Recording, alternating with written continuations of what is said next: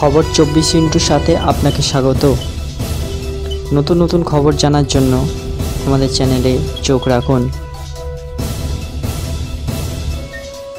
নমস্কার, খবর 24/7 আপনাদের স্বাগত। রণক্ষেত্র মুর্শিদাবাদের জঙ্গিপুর। নতুন ওয়াকফ আইনের প্রতিবাদে বিক্ষোভকারীদের হাতে আক্রান্ত পুলিশও। আগুন ধরিয়ে দেওয়া হচ্ছে পুলিশের গাড়িতে। লাগাতার চলছে ইট বৃষ্টি। পাল্টা বিক্ষোভকারীদের থামাতে পুলিশকে ছুটতে হচ্ছে কাঁদানে গাছের শেল। থমে গোটা পরিস্থিতি।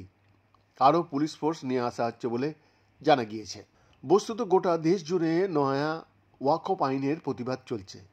কলকাতার পার্ক সার্কাসেও এই প্রতিবাদ চলছে, কিন্তু মুর্শিদাবাদের ঘটনা কার্যত হিংসাত্মক রূপ নিয়েছে। জানা যাচ্ছে যে সময় ওয়াকফ আইনের প্রতিবাদ চলছিল সেই সময় পুলিশ ব্যারিকেড করে তা আটকানোর চেষ্টা করে, কিন্তু সেই সময় বিক্ষোভকারীদের সঙ্গে পুলিশের ধস্তাধস্তি হয়। অভিযোগ, সেই সময়ই মিছিলের বড় অংশ আচমকাই মারমুখী হয়ে ওঠে। পরপর পুলিশের গাড়ি ভাঙচুর করে। এরপর পুলিশের গাড়িতে আগুন লাগানোর অভিযোগ ওঠে বিক্ষোভকারীদের বিরুদ্ধে। শুধু তাই নয়, উর্দিকে লক্ষ্য করে ছোড়া হয় ইট পাটকেল।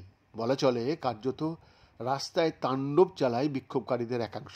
শুধু পুলিশের গাড়ি নয়, সাধারণ একটা গাড়িও ভাঙচুর করা হয়েছে বলে জানা যাচ্ছে।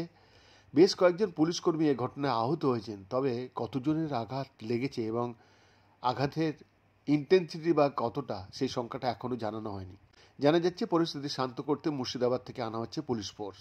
বৈদ্যনাথের রিপোর্ট, খবর 24/7।